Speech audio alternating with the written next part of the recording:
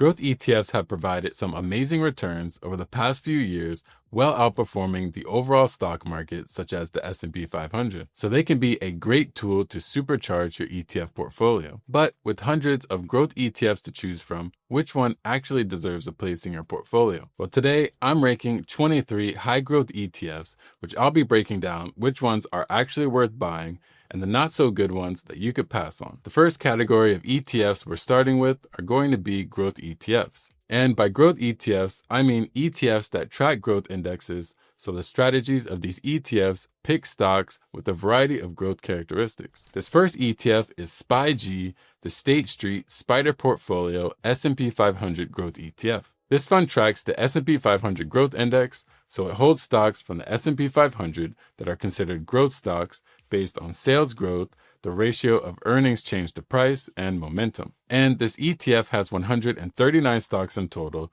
with its top holdings making up about 61% of the weight of the total portfolio. It also comes with a nice low expense ratio of 0.04%, costing $4 for every $10,000 invested. For the returns, it's done very well with 5-year annual returns of about 15% and 10-year annual returns just shy of 17%. So this fund has had great returns over time, and especially more recently. Since this fund has a low expense ratio, strong performance, and a decent amount of holdings for a growth ETF, I have to mark this one as a S-tier ETF. Next, we have SCHG, the Charles Schwab US Large Cap Growth ETF. This fund tracks the Dow Jones US Large Cap Growth Total Stock Market Index, so it's made up of large cap growth companies. There's currently 198 stocks in the fund, and the top 10 stocks make up 58% of the portfolio, which includes Mag 7 names like Apple, Microsoft, and others, with NVIDIA up top. The expense ratio is just 0.04%, and the returns have been top-notch with 5-year annual returns of 15.7% and over 18% returns annually in the past 10 years. What I like about SHG is that it can give you more variety in its holdings than SPYG and its S&P 500 Growth Index. It's also had great returns for a low cost, and that's why it's one of my favorite growth ETFs, so I have no choice but to put SHG in the S tier. Next is QGROW, the American Century US Quality Growth ETF, and it tracks the American Century US Quality Growth Index, which picks 150 to 250 stocks after a process of screening large and mid-cap companies based on a few different metrics. The top 10 stocks in QGROW make up around 30% of the fund, and while it has big names like NVIDIA, Google, Amazon, and others, the percentage weights are much smaller than you'd find in other growth funds. Now for the cost, it has an expense ratio of 0.29%, which is pretty high relative to the others. QGROW only started tracking its current index since May 2023, so the history is short, but it's had 26% returns annually since then and 15% in the last year, so nothing too crazy. Because of the fees and returns, I'm going to have to put this one as an average B tier since there's not much history and higher fees for less returns than other growth ETFs. So this next one is VOOG, the Vanguard S&P 500 Growth ETF. This fund is similar to SPYG as it also tracks the S&P 500 Growth Index. It contains 140 holdings in its portfolio, and its top 10 make up around 62% of the fund. It has an expense ratio of 0.07%, costing $7 yearly per 10K invested, and the 5-year annual returns are about 15%, while the 10-year is 16.8%. So very similar to SPYG and how this fund is constructed, and just a tiny bit higher of a fee and a different broker. Since it's basically the same as SPYG, this one is going to go to the top, making it an S-tier fund. I have another Vanguard fund, and that's VONG, the Vanguard Russell 1000 Growth ETF. This fund invests in stocks that are found in the Russell 1000 Growth Index. VONG has 392 stocks in its portfolio, and the top 10 stocks make up about 59% of the fund. Because of the index and strategy,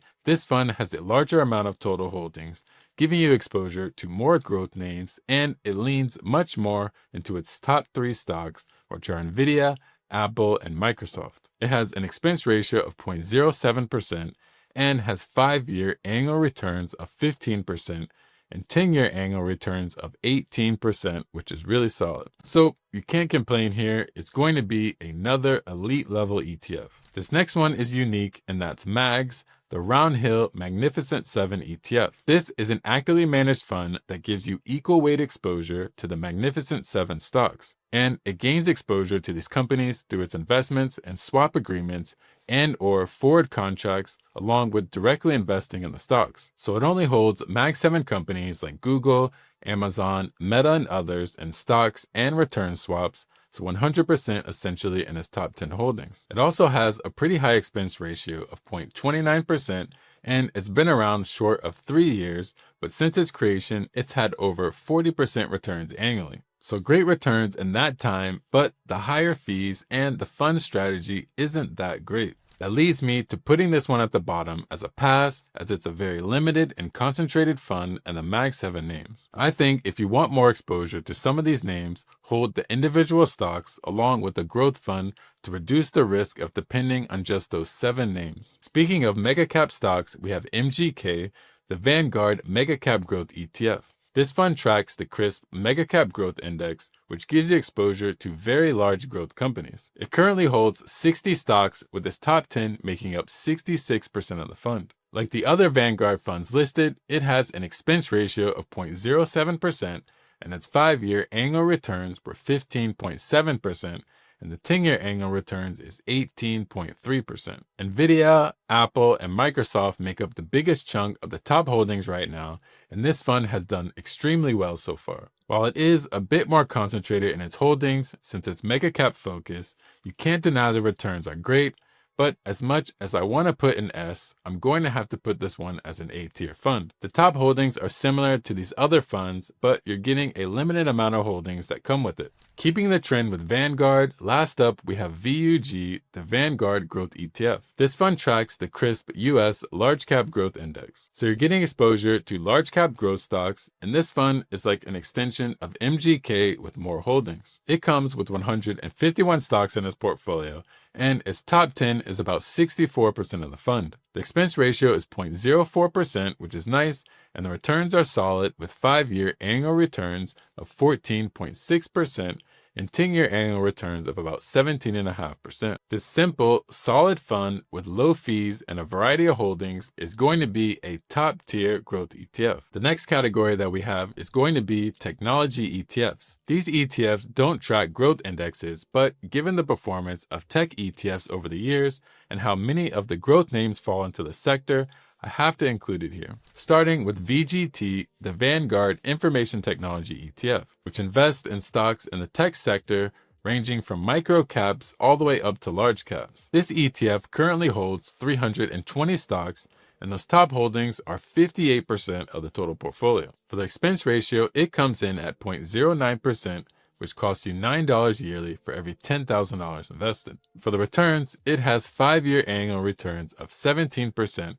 and 10-year annual returns of 22.5%, highlighting the amazing returns that the tech sector has been providing. So for that, I'm going to have to drop VGT in the S tier bucket. VGT is a solid tech-focused fund that has a variety of holdings from the largest to the smallest in the tech sector, allowing for opportunity to be gained from a wide range of stocks, including the small names. And with a low fee and potential sky-high returns, it's top of its class. Next up is FTEC, the Fidelity MSCI Information Technology ETF. And this fund is very similar to VGT as it invests in a wide range of large and small companies in the tech sector. It has 291 stocks in its portfolio, and the top 10 make up 58% of the fund, and it has a slightly lower expense ratio of 0.08%. The 5-year annual returns are 17.3%, and the 10-year annual returns are 22.3%. Since this fund is very similar to VGT, for the same reason, I'm going to be putting it in the S tier. This next fund is XLK, the State Street Technology Select Sector ETF.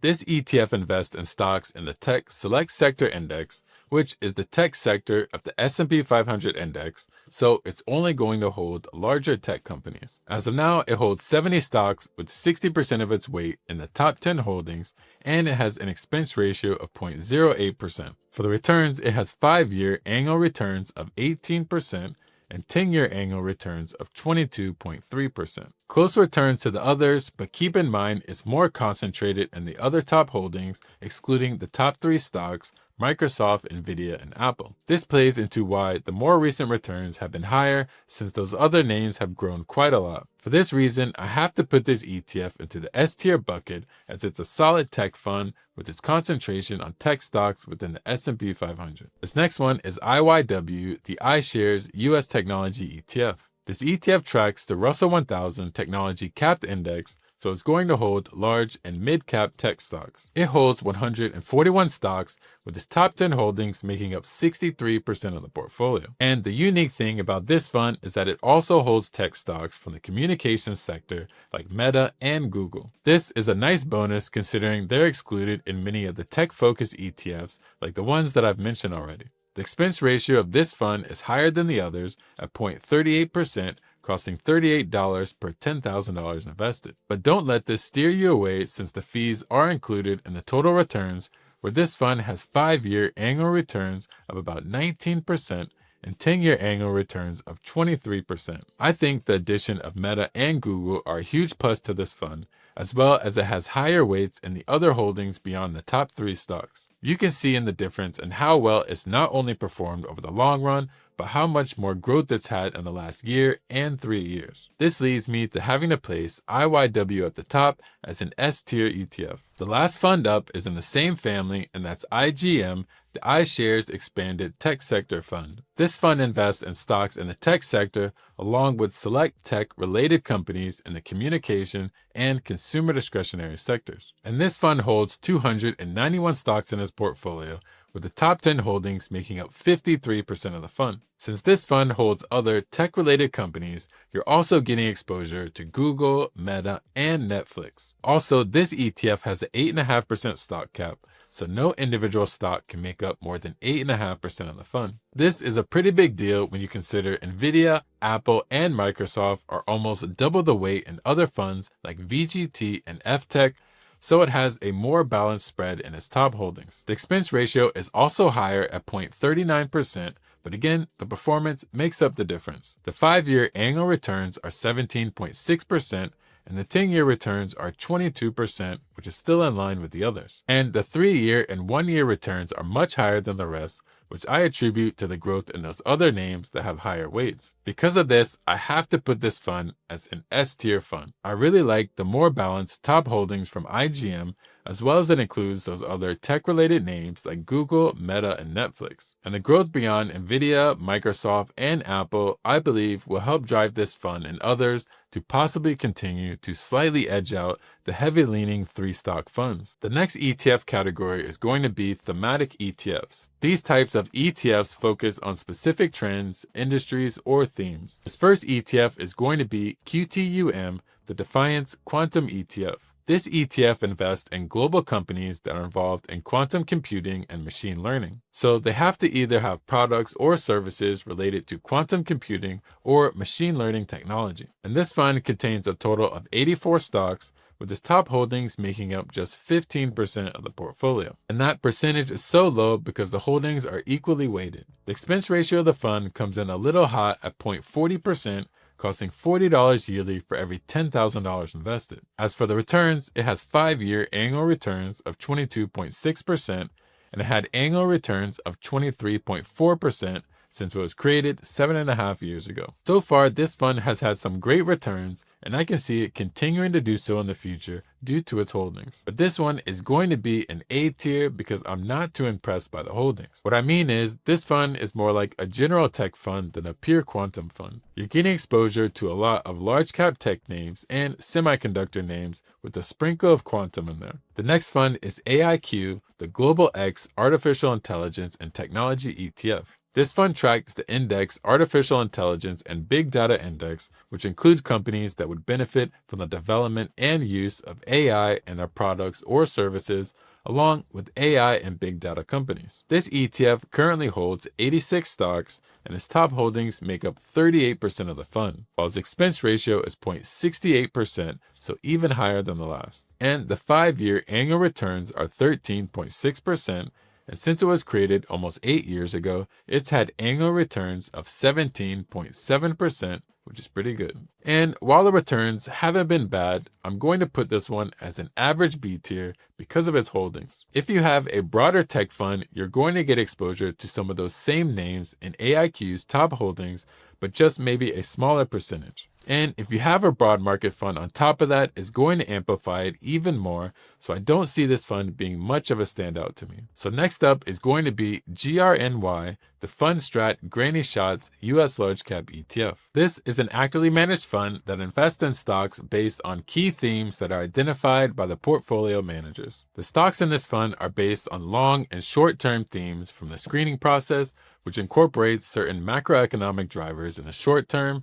from 6 to 12 months, and the long term from 3 to 5 years. The fund currently holds 39 stocks, which are equally weighted, and the top 10 holdings make up about 30% of the portfolio. It also comes with a high expense ratio of 0.75% like the other thematic ETFs, and since it's been out for just about a year, it's had a return of 24%, so it's still a very new fund. This fund has a mix of holding and plays into what expected themes are in the market in the near term and in the future. So far, the fund has done well, but it's still too early to say whether this is a solid fund or not, so we'll have to see how the market moves and how the managers adjust the fund and what returns come from it. And the fees are pretty high, so with that, I'm giving GRNY an average B tier ranking. Next up is Chat, the Roundhill Generative AI and Technology ETF. This is an actively managed fund that invests in companies that are best positioned to benefit from the growth of generative AI and related technologies. The way it chooses its stocks is that companies are scored based on how much revenue or profit comes from generative AI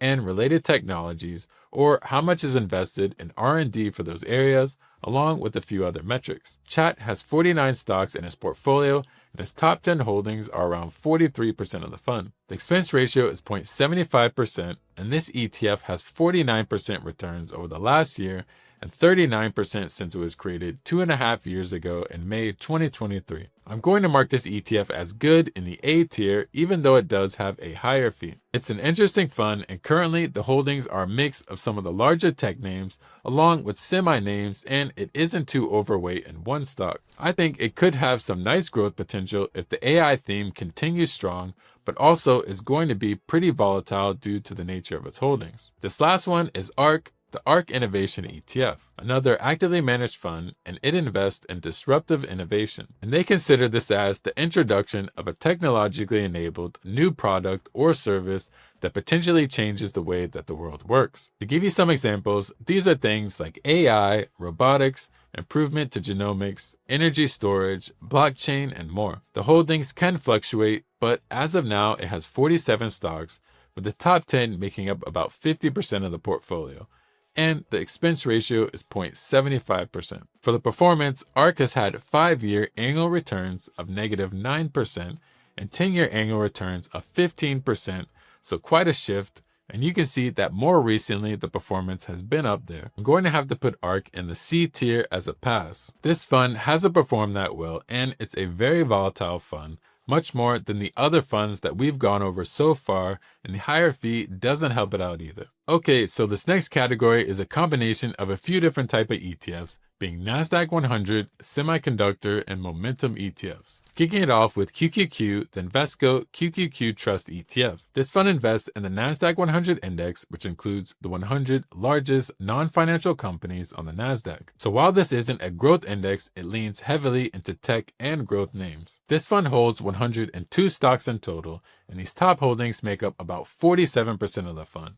And for the fees, QQQ has an expense ratio of 0.18%, which was recently lowered from 0.20%. For the returns, QQQ has had 5-year annual returns of 15% and 10-year annual returns of about 19.5%, so it's been doing a great job. But there is one thing. While QQQ has had great performance and it's a solid fund, I'm going to have to put it in the C tier as a pass, since there's a slightly better replacement for this fund. And that's going to be QQQM, the NASDAQ 100 ETF. This fund is pretty much exactly the same as QQQ, as it tracks the same index with the same holdings. The most important difference is going to be the expense ratio, which QQQM has an expense ratio of 0.15%, making it lower than QQQ. So it's going to be the better choice here, as it is the lower costing fund out of the two. As for the other differences between the two, QQQ has higher assets under management and more trading volume and liquidity. This makes spreads more favorable, and asking prices will be closer to the market price than for QQQM. Better spreads and higher volume make QQQ a much better choice for traders than QQQM. So QQQM is going to be an S tier fund, since it's the better choice for us long-term investors, and QQQ is a pass because of that. Next is going to be SMH, the VONG Semiconductor ETF. This fund invests in companies that are involved in semiconductor production and equipment. These semiconductor ETFs don't track growth indexes, but the industry has had and is expected to have some really great growth potential. SMH has 26 stocks in its portfolio, with its top holdings making up 74% of the fund, which is pretty huge, and it comes with an expense ratio of 0.35%. The performance for this fund is pretty crazy, with 5-year annual returns of 27.7% and 10-year annual returns of about 31%. So I can't do anything else but put SMH at the top as an S tier fund. Yes, the fee is a little high and it's definitely concentrated, but the semiconductor industry has been on fire, and it's being driven by the crazy demand and spending in AI and AI infrastructure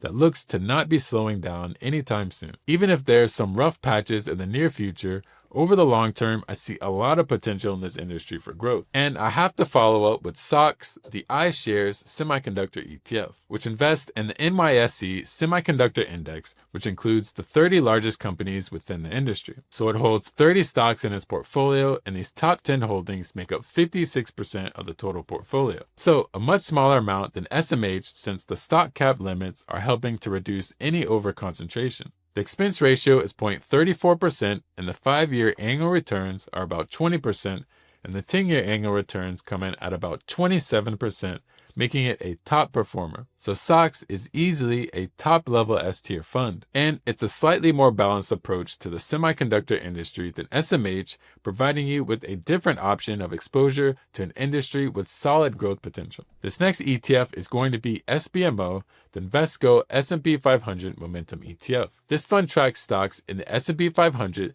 that have a high momentum score. It comes with 100 stocks in its portfolio, and the top 10 holdings are 51% of the fund. For the fees, this fund has a low expense ratio of 0.13%, and the annual returns over the last 5 years is 18.9%, and the last 10 years is 17.8%. And the performance in the last year was very impressive as well. But I think it's important to keep in mind that SPMO is an ETF that's based on a momentum strategy and not some type of growth index. So while it may be growth tilted now, depending on market conditions and the timing of its reconstitution, it can change to a value-leaning fund. So you're investing in the strategy and not for specific stocks it holds at a certain point in time, since that could disappear. And for the ranking, I'm putting SPMO as an S-tier fund. It's really been on a run, and as long as we have some semblance of a bull market, I see this ETF continuing to stay strong. And those are 25 of some of the best growth, tech, and other ETFs that have very solid growth potential. And if you want a more detailed review of 7 of the best high growth ETFs that beat the S&P 500,